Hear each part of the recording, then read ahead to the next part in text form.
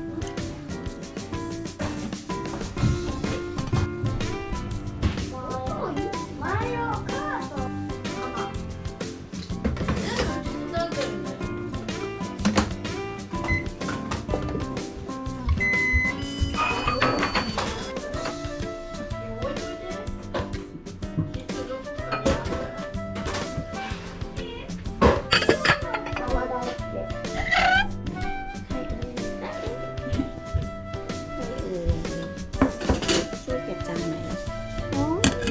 ตัดแอร์ ตัดเอ๋ ตัดแอร์ สวัสดีครับ สวัสดีครับ แนะนำตัวเองซิชื่ออะไร เสื้อเขาเลยครับบ๊ายบาย ไปแล้วเหรอไปแล้วเหรอ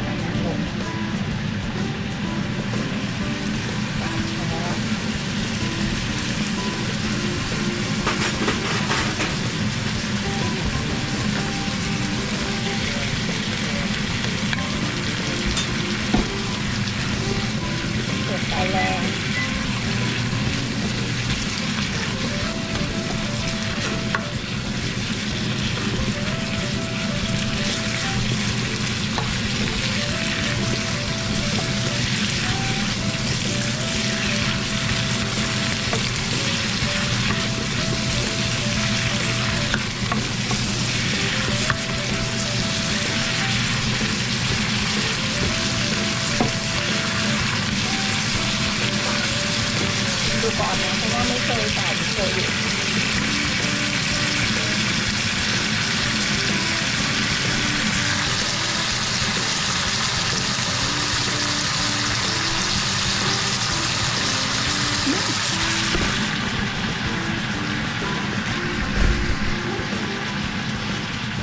อร่อยอ่ะ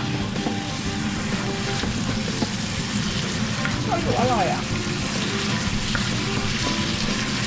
อร่อยเลยจริงยอดเลยอร่อยเลยจริง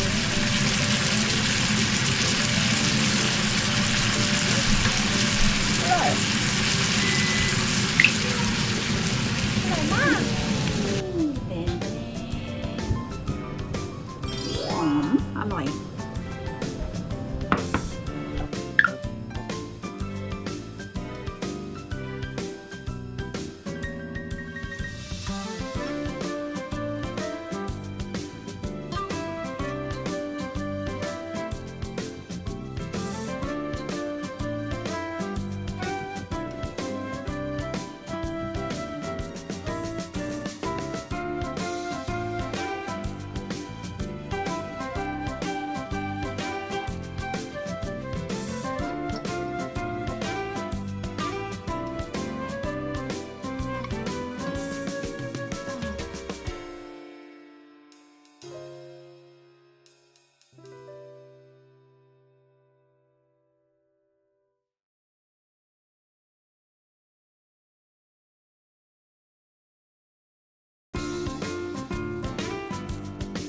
ก็อันนี้จะทำเป็นคอนบัตเตอร์เนาะเนี่ยเดี๋ยวลองชิมดูก่อนว่าข้างในมันมีรสชาติแบบไหน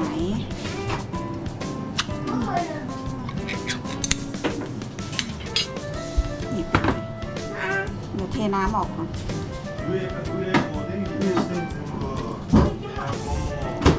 มีรสเค็มนิดหน่อย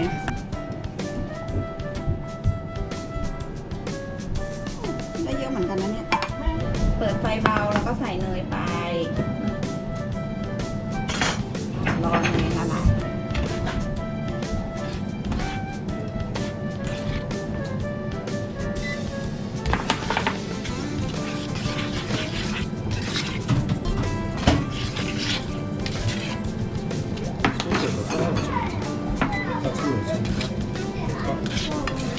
うわー美味しそうだねこれ。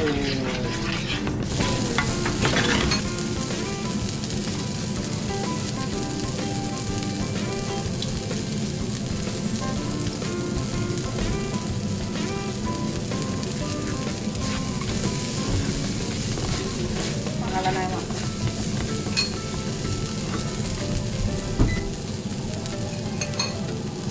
かべちゃん砂糖入れんのか？ちょっと卵か？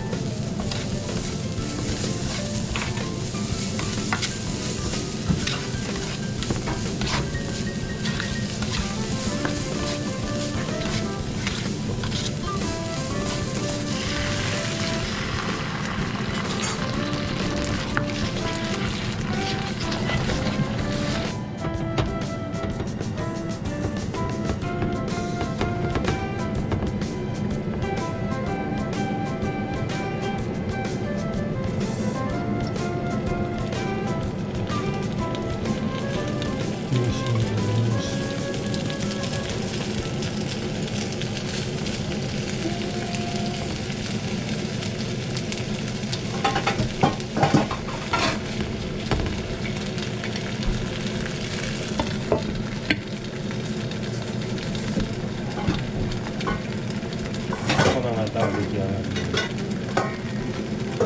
弱火な。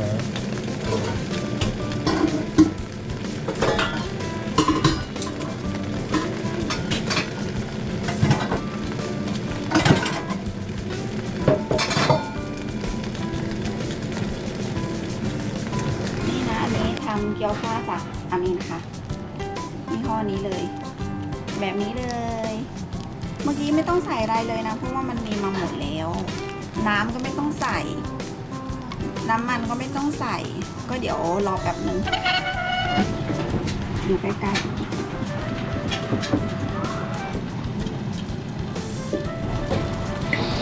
นี่ได้หรือเปล่าเนี่ย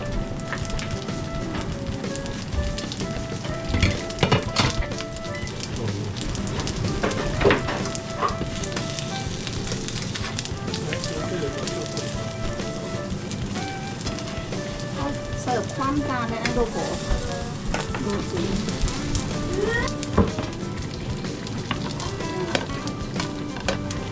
อ้าวดูจีวะ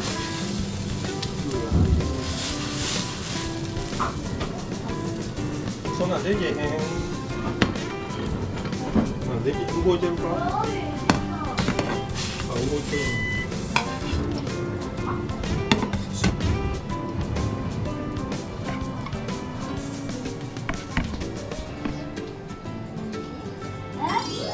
สุกเลยนี่ง่ายๆอย่างนี้เลย วันนี้มีเป็นอะไรคะ พิซซ่า แล้วก็เกี๊ยวซ่า แล้วก็นี่ผัดกะหล่ำปีใส่หมู แล้วก็มีนะคะคอนบัตเตอร์เนาะ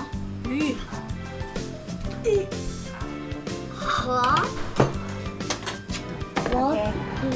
食べていいですか？いただきます。いただきます。あ、餃子。ママ餃子食べていい？お皿は？それでたやろねえ、餃子も食べていい？うわ！ああ、美味しそうやね。え？いるよ俺？いる？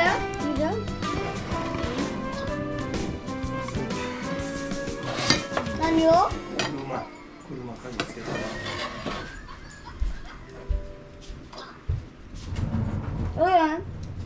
いる？どこ行く？あ、カキ。車のカキ。目がない子なんで？ほら。どうですか？おいしい。よいしょ。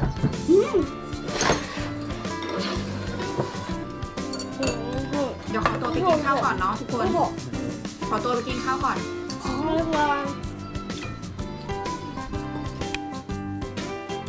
สวัสดีค่ะทุกคนวันนี้เช้าวันพุธนะคะเพิ่งตื่นนอนเลยแล้วก็เดี๋ยวเตรียมกับข้าวกันก่อนเนาะ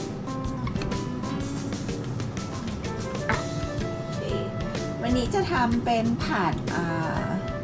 ะไรอะผัดถั่วงอกใส่ไก่เนาะอันนี้เดี๋ยวเราเอาไก่ลงไปผัดก่อนเพราะว่าเดี๋ยวถ้าใส่กระเทียมก่อนกลัวมันไหม้พอไก่ใกล้สุกแล้วเราค่อยใส่กระเทียม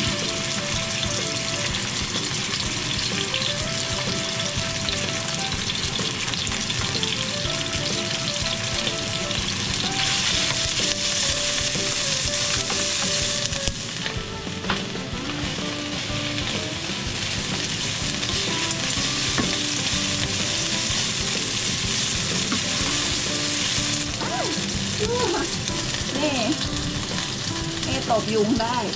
ยุงเหลืออะไรไม่รู้เนี่ย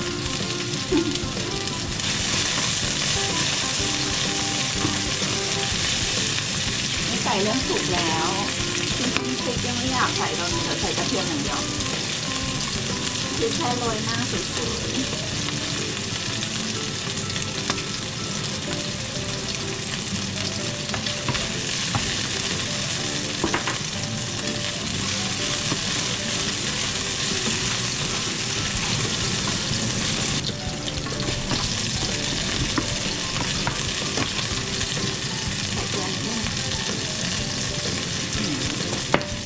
ลัวเค็มจังเลยอ่ะ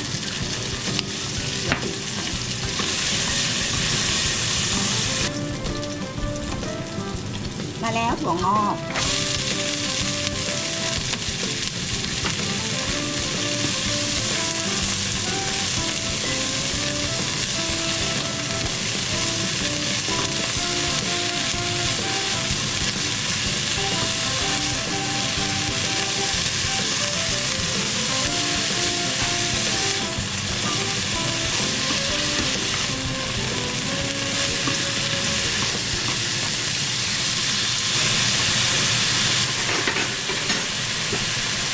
อกสุกเร็ว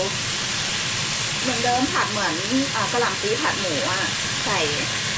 ซอสหอยนางรมไป3 ช้อนแล้วก็ใส่โชยุแค่นี้เลย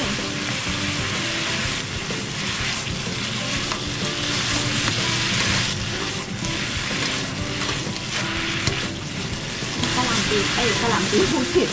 ไอ้ตัวถั่วงอกกับมันสุกไว้เดี๋ยวเสร็จแล้ว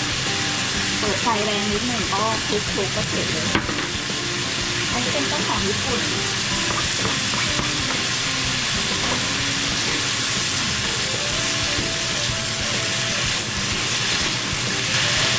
ขอชิมแป๊บนึงนะคะ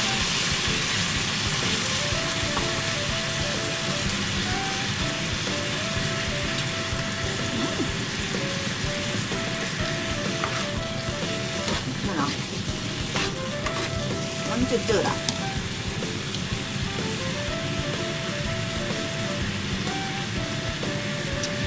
หรอ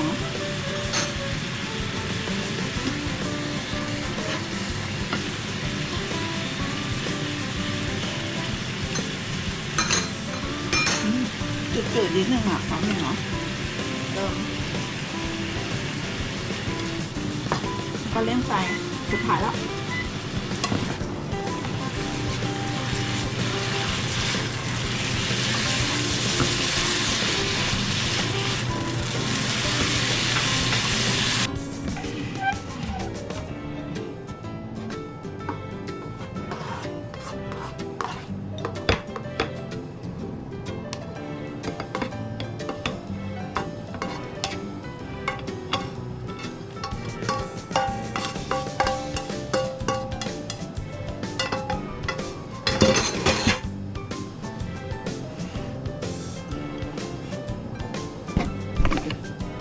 นี่เสร็จแล้วค่ะ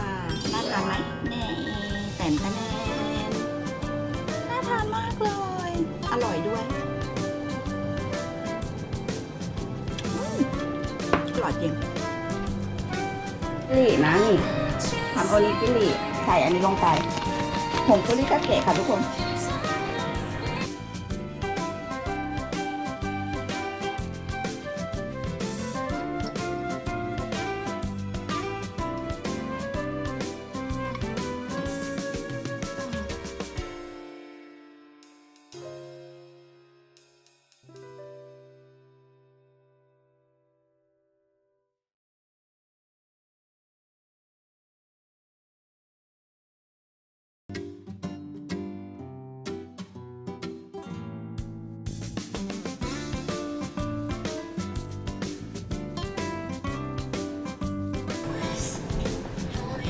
เสร็จแล้วนี่คือโอนิกิริของเรา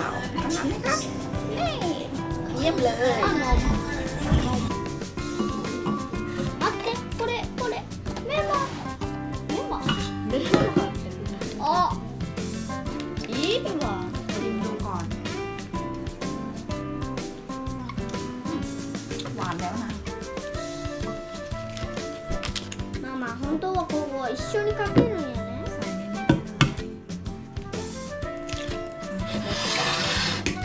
ねママ待って肉が食べたいあお出る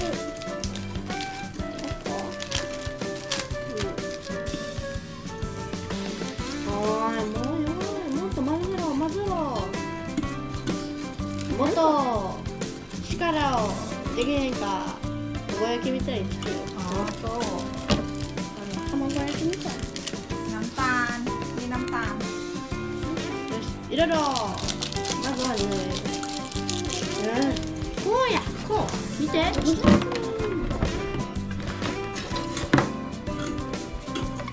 じゃあうち入れるそれじゃなくてスプーンや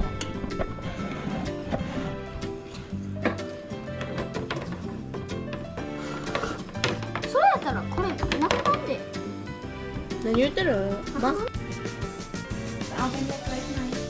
และ ที่ไส้ก็ไปเอาสปูน だからね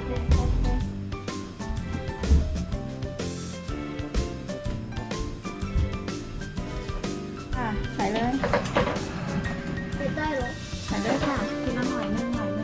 คะ 危ないです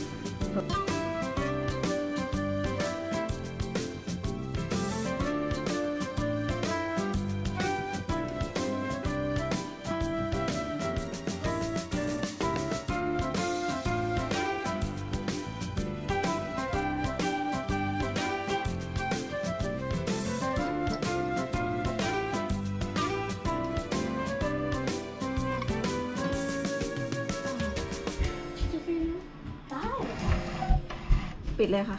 えปิดได้เหรอ ปิดเลย あ ปิดดิ เอ๊ะ ใช่รอแป๊บนึงลองเปิดดูดิอุ้ยมันเริ่มมีไอแล้วเปิดค่ะ เดี๋ยวเช็คตรงเนื้อแป้งก่อน ถ้าเป็นแป้งโอเค นี่มันเริ่มมาละนี่เดี๋ยวให้มันมีเหมือนฟองอากาศนะลอยลงมาลอยขึ้นมาก่อนมันน่าจะใกล้สุกแล้วคว่ำเลยไหมคว่ำเลยปะ เข้าห้อง คว่ำเลยคว่ำเลยนะ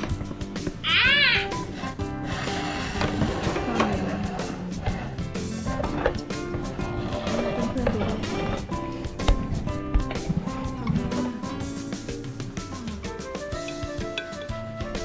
เฮ้ยว้าวมันติดกันมันโฉงยุกิเมื่อกี้ไงเอ้ย เอ๊ะ จริงๆมันต้องสุกต้องขึ้นสีแบบเดี๋ยวรอแป๊บนึงดูของยูกิอันนี้ชิมหน่อยสิอาจิมิมัส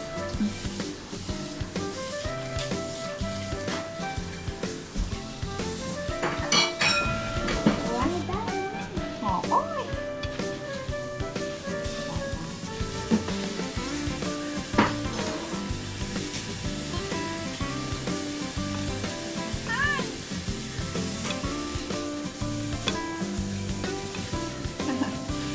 ฟิลอันนั้นรอแป๊บนึงก่อนนี่รอให้มันกรอบก่อนมันถึงไหมมันเป็นทรงเลย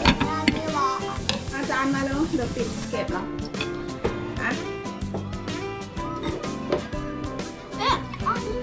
どここれねえจงยุกิเอาไปอันนี้อ่ะเอาปิดไฟเลยไม่จะสุกแล้ว これおかわり เดี๋ยวเก็บไว้ให้มันเดี๋ยวเก็บไว้ให้ก่อนบอกเพื่อนก่อนนะมันคืออะไร はちみつ คือน้ำผึ้งใช่ไหมเอาไปใส่ไปที่เขียนข้อตรงนี้แต่แข็ง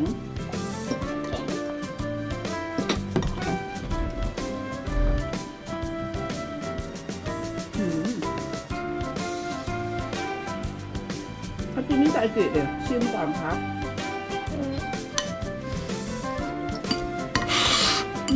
おばあさんがちっちゃいおばあさん開けてちっちゃいはるちゃん大きい1個だけちっちゃいそう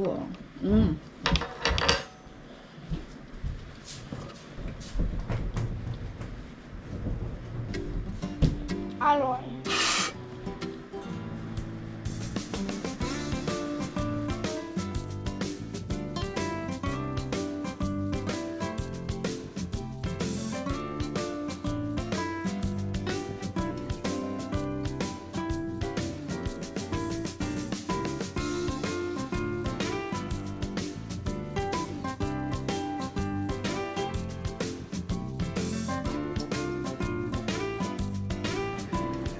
หมดแล้วเหรอ แล้ว ไหนโชว์เลย ママが春ので บ๊ายบาย こっちの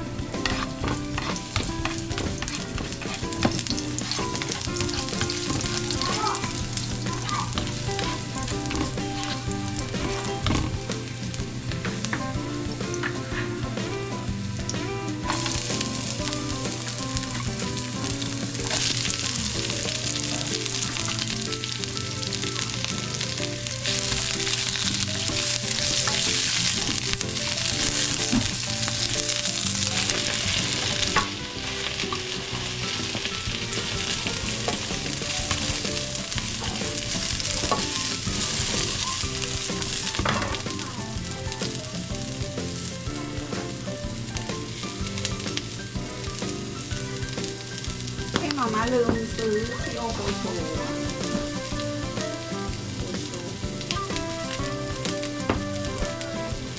วันนี้ใส่ผงชูรสด้วย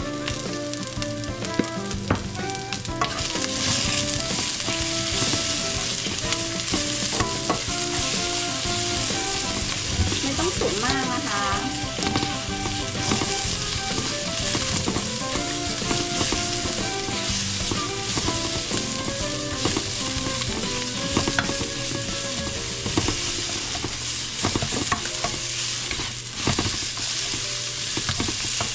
พอ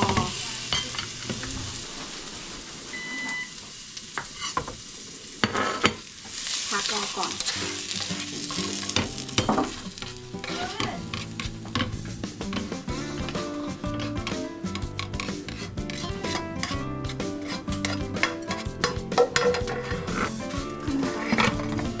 พักรอก่อนนะคะ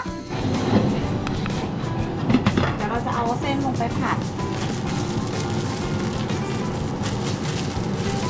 ใช้เส้นยี่ห้อนี้นะเป็นเส้นสดนะคะ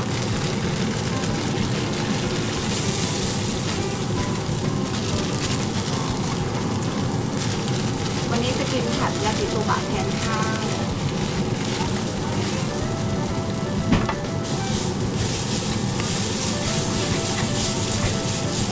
เดี๋ยวให้มันคลุกน้ำมันก่อน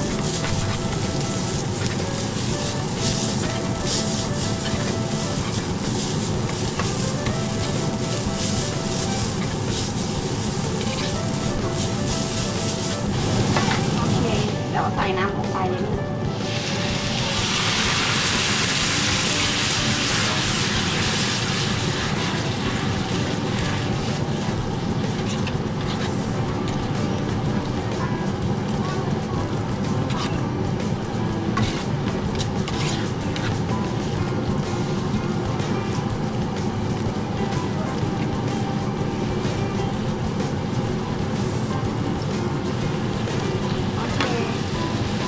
เดี๋ยวใส่เป็นเกลือนะคะไม่ออกเลยใส่เป็นผงอาจิโนโมโต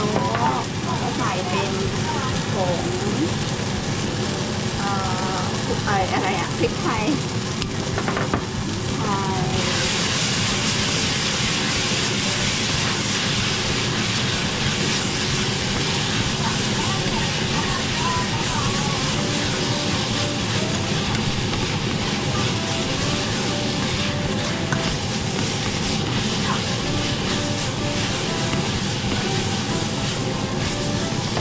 เสร็จแล้วก็ใส่ผักทีนี้ตามลงไป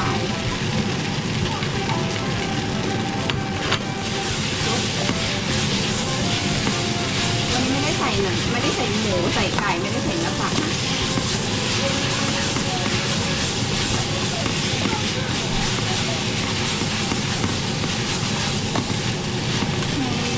ให้มันมีความหอมนิดนึงก่อน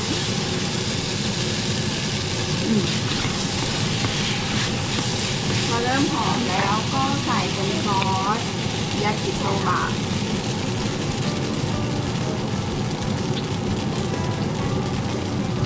เสร็จแล้วจะใส่ซอสทาโกยากินิดนึงให้มันมีรสหวานๆก็แล้วนิดนึงเปิดไฟแรง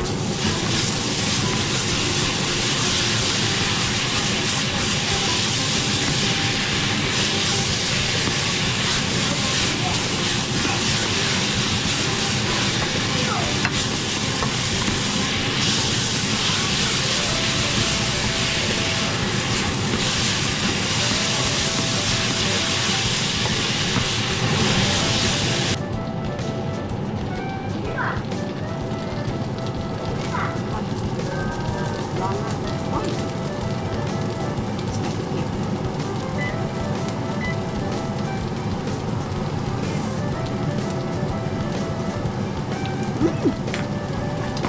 อร่อยอร่อยมากเราใส่จานก่อน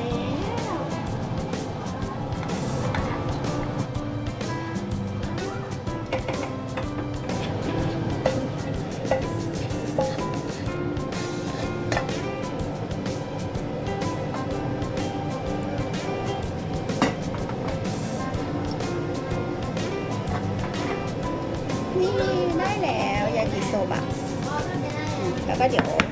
เติมหน้านิดนึง เติมหน้าก็คือราดด้วยซอสนี้เลย แล้วก็ทุกคนจะชอบกินมายองเนสก็ใส่มายองเนสไปเลยโอเคเสร็จแล้วขาดไม่ได้ก็คือตัว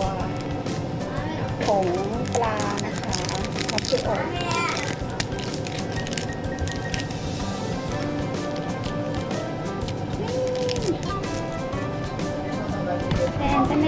นได้แล้วได้จานใหญ่เบอร์รุ่มเทิมเลยนี่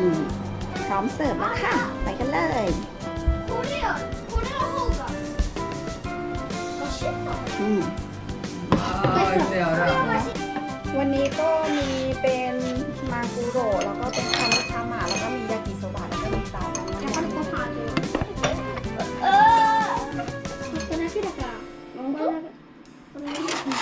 やめてこれだけほら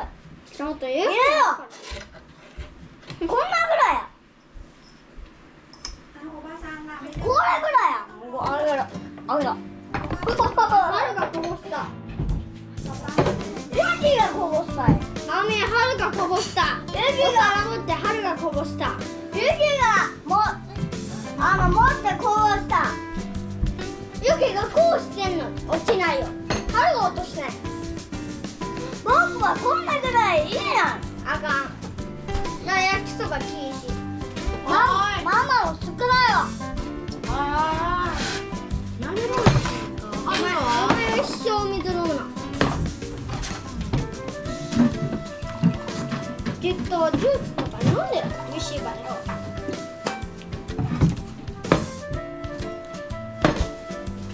兄水持ってきてだから兄あかん春はジュース飲んで虫歯になるんよ兄持ってきて自分で持ってきて自分が悪いから分からへんのね เรียกว่าทำอะไรกันคะ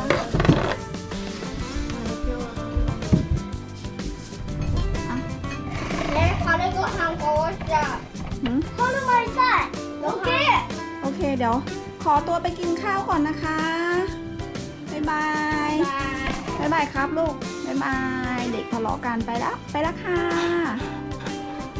Thank you